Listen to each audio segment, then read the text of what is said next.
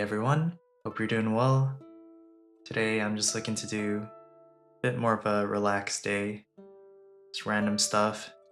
On my live streams, I tend to show a lot of Cauldron Craft, and I've been meaning to give you guys an update on how it's going. I've been doing a lot of work since the demo, since Next Fest, just shifting the game a little bit so that there's more focus on the book and making some of the systems a little simpler to use.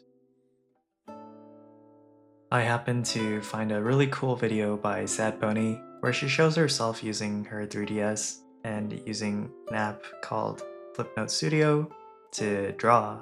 And I was looking at it and I was going, wow, that looks really cool. I really want to try that out. So I found my buried 3DS somewhere and I brought it back to life. It doesn't really look like much, but this was a pretty important piece of hardware. Back in 2014, that's when Omega Ruby Alpha Sapphire came out for the 3DS, and I really wanted to make videos on that. What I needed was a 3DS and a capture card. So when I went to look for a 3DS, I could only find a pink one.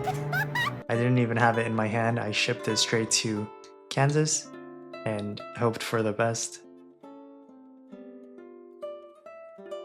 All of that to say, I just wanted to check out the dithering pattern on Flipnote Studio. The screen on the DS is really small, but just the application of the technique, how the brushes work, I thought I could learn something new and use that knowledge to make better art for Cauldron Craft. You can see me doodling a little bit here. I didn't really know what I was doing. I didn't know how to get the layers to work, but I felt like I was slowly starting to get it.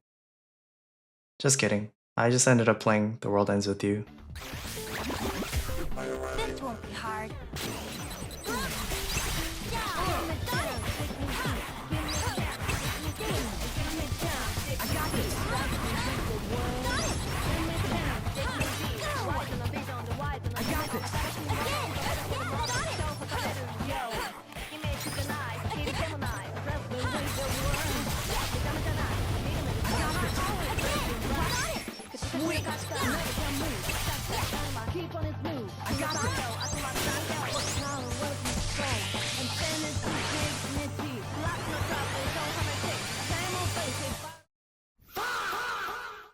And if you made it this far, pat yourself on the back, have a cookie. You are my most loyal viewer.